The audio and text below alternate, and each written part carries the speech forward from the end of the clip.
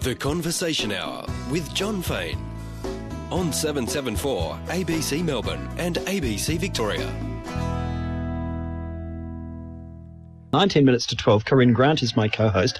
Our next guest on the Conversation Hour today is Michael Bernard. He's an author, an academic and a therapist. He's also a fan of an American therapist called Albert Ellis. And Michael has written a book about Albert, which is supposed to make us happier, because that is in fact what Albert was trying to do for the entire world. In a nutshell, Albert developed a school of therapy called Rational Emotive Behaviour Therapy. And I think it can best be summed up, I'm sure, by our guest. It's all to do with choosing to be happy. Good morning to you, Michael. Morning, John. Can you just choose to be happy and that way you are happy? Oh, it's a start. I think we all want to be happy. The question is, are we actually taking time to reflect on whether we are happy or not? I mean, I think it's useful to have that self-reflection, and that's the beginning part of moving towards greater happiness. Am I happy? Am I enjoying life? Am I experiencing positive emotions? Do I have too many negative emotions? Am I satisfied with my life? So it begins the conversation as to, am I as happy as I could be? And if I'm not, what can I do about it? And willpower is enough to overcome depression, for instance? Willpower is necessary to overcome depression because you have to do things you don't feel like doing as a way of moving forward. And that's one of the rational principles of living.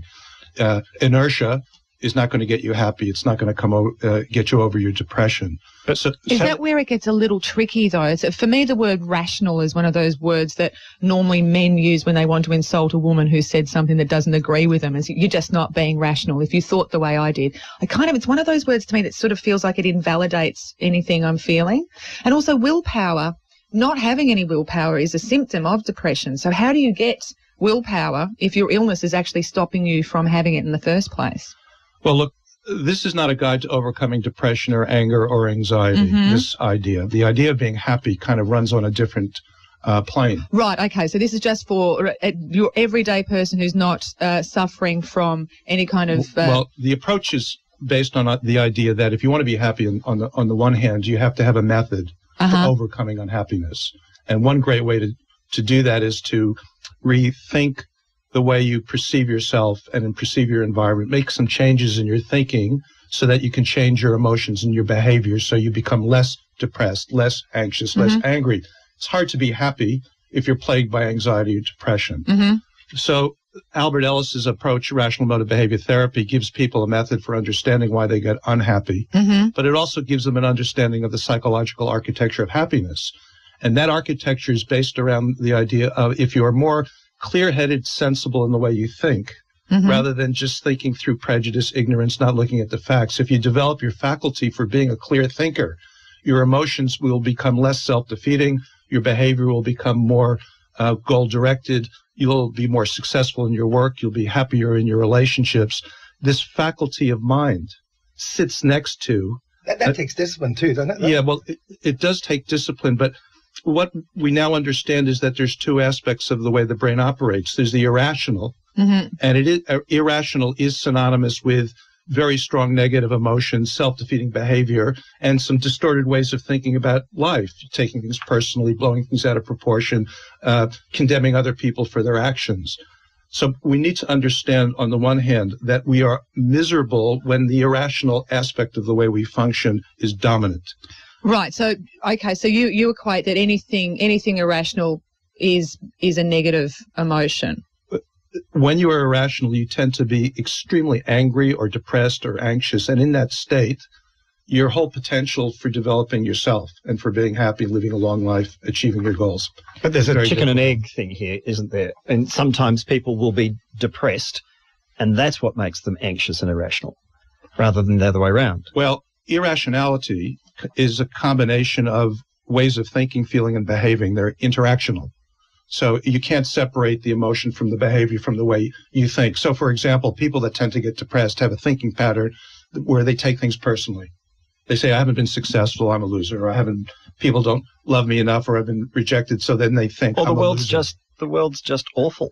But if the thing, there's certainly, if you can sort of have the marker, like have a marker, and where when you start to think negative thoughts like that, if you can cut them off and change, you actually can change the outcome of where you're heading. You can stop, discipline yourself. Self-actualization. Yeah, just say spiral. Talking to yourself. I'm going down the wrong track here. Stop and start again and head off on a much more rational.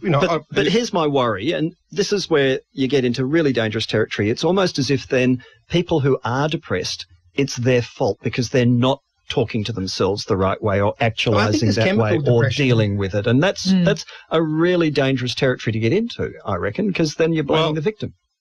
I don't think that's necessary. It's not necessarily the case that because you contribute to your own unhappiness, that therefore you're an inferior, hopeless person.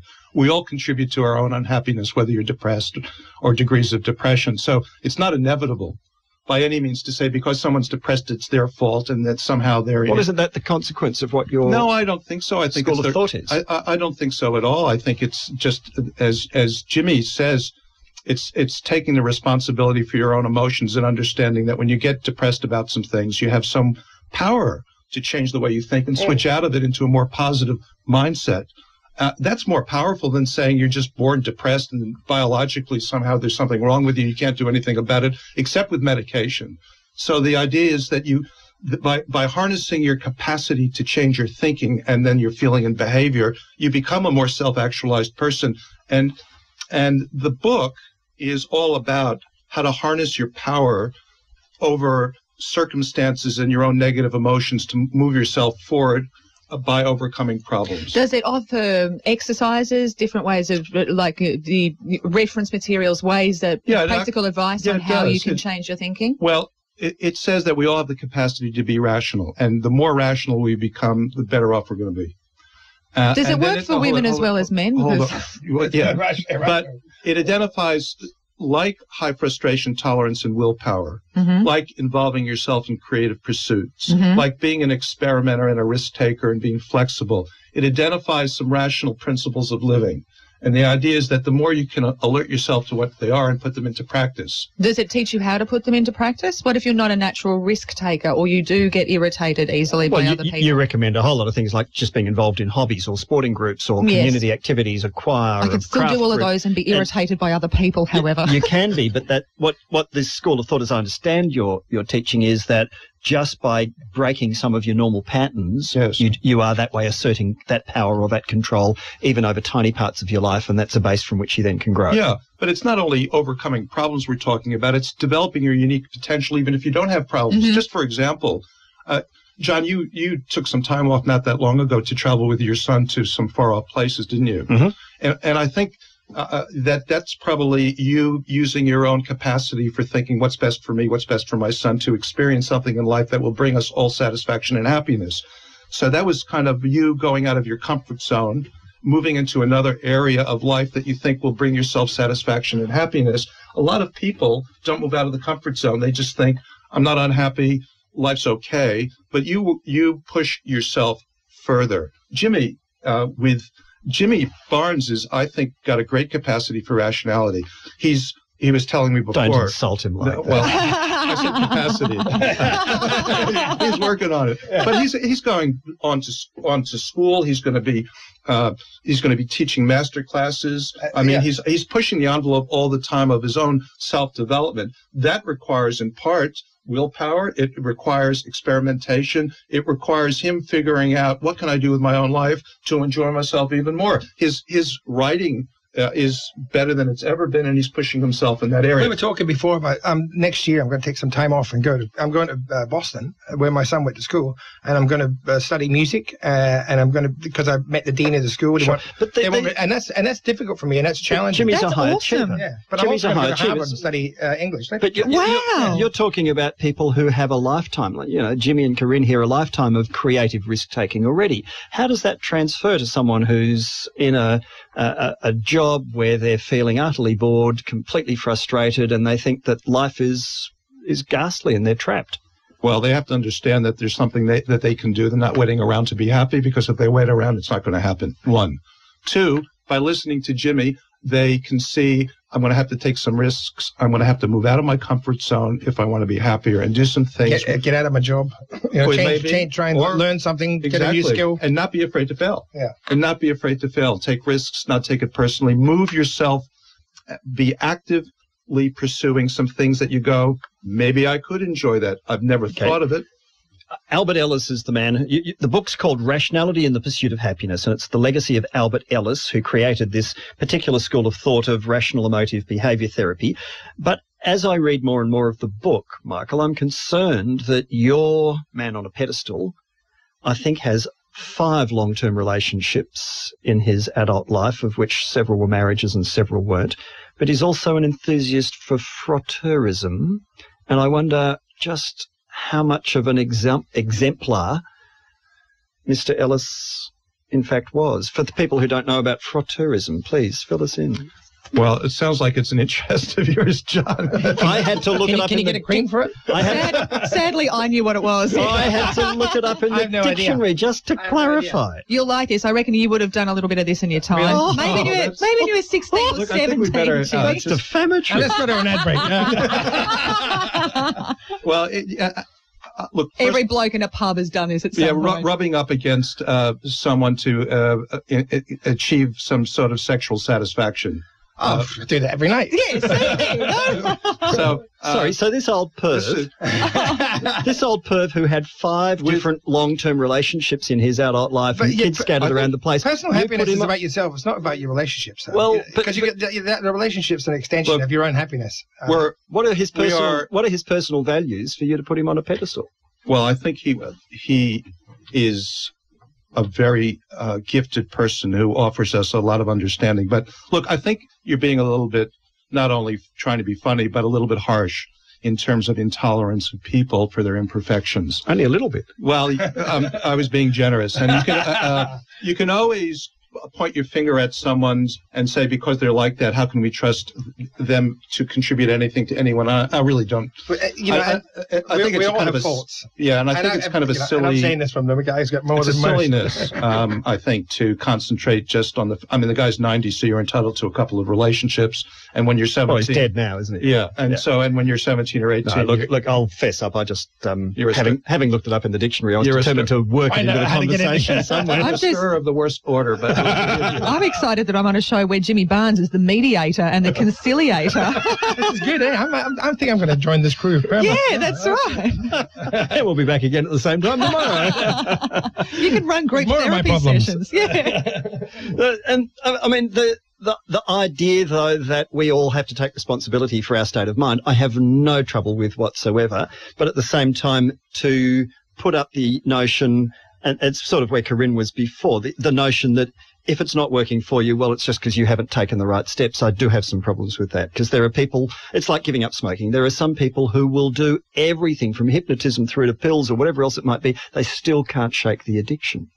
And it's not their fault. They've tried. They just are so hooked on it. Nothing works. And likewise, there are people who suffer from depression or other conditions or whatever it might be. It's not anything that they've failed to do. It's just got too big a grip on it. I think there's certainly a difference between sort of chemical depression. You know, but there's people who are chemically imbalanced who need help to do things, as opposed to just a common like everybody in the street or everybody like you say, working a job they don't like, who's stuck in a rush. And I gave up cigarettes too, and it was the hardest thing in the world. And I gave up a lot of things, and cigarettes was hardest of all of them. Look, and in the end, I tried all the things, and in the end, it took willpower.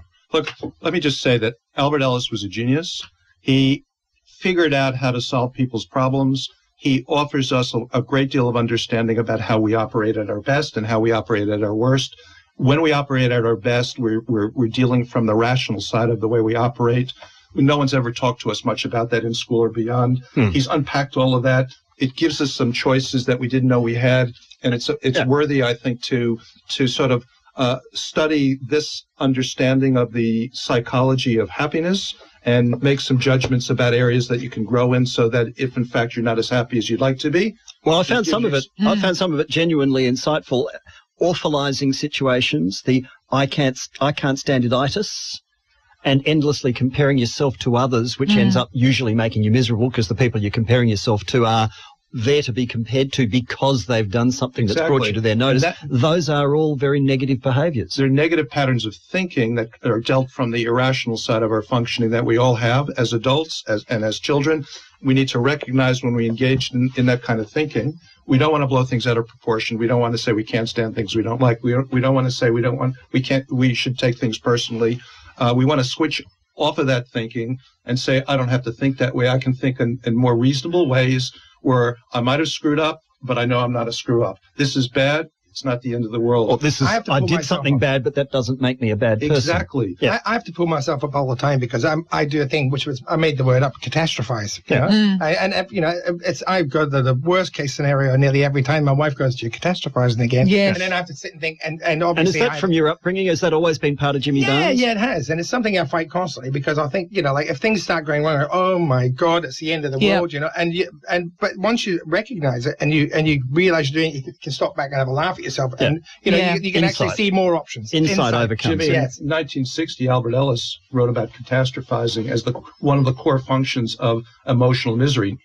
Absolutely. The fact that you figured that out yourself just reinforces the fact that there are some universals that we need to be aware of. And this book and Albert Ellis's work really presents us with some timeless ideas that all of us should know about in terms of helping us operate more effectively and be happier. It's not one size fits all. To empower. For some people, it's exactly what they're looking for. And it's not only behavioral tools, but it's also mindset. What's the right mindset to bring with me every day when I wake up, to deal with difficult situations and go to bed with, so that I'm maxing out on my own potential rather than the irrational side of what's wrong with me. This is the worst thing in the world. I can't face tomorrow. Yeah. And you have a choice in the mindset that you bring to yourself on a daily basis. But a lot of people are caught up in a mindset that A, brings them misery, and B, doesn't bring them happiness.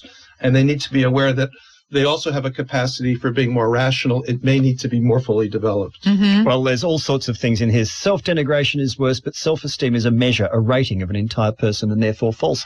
And to challenge the role of self-esteem and the rest of it, which others say is the key, is, I thought, quite an interesting conversation, which is contained in this book. It's about Albert Ellis, who's no longer alive, but who was, I guess we can say, the pioneer of rational emotive behavior and a rock therapy. star by the sounds of things. And rationality. Half of it.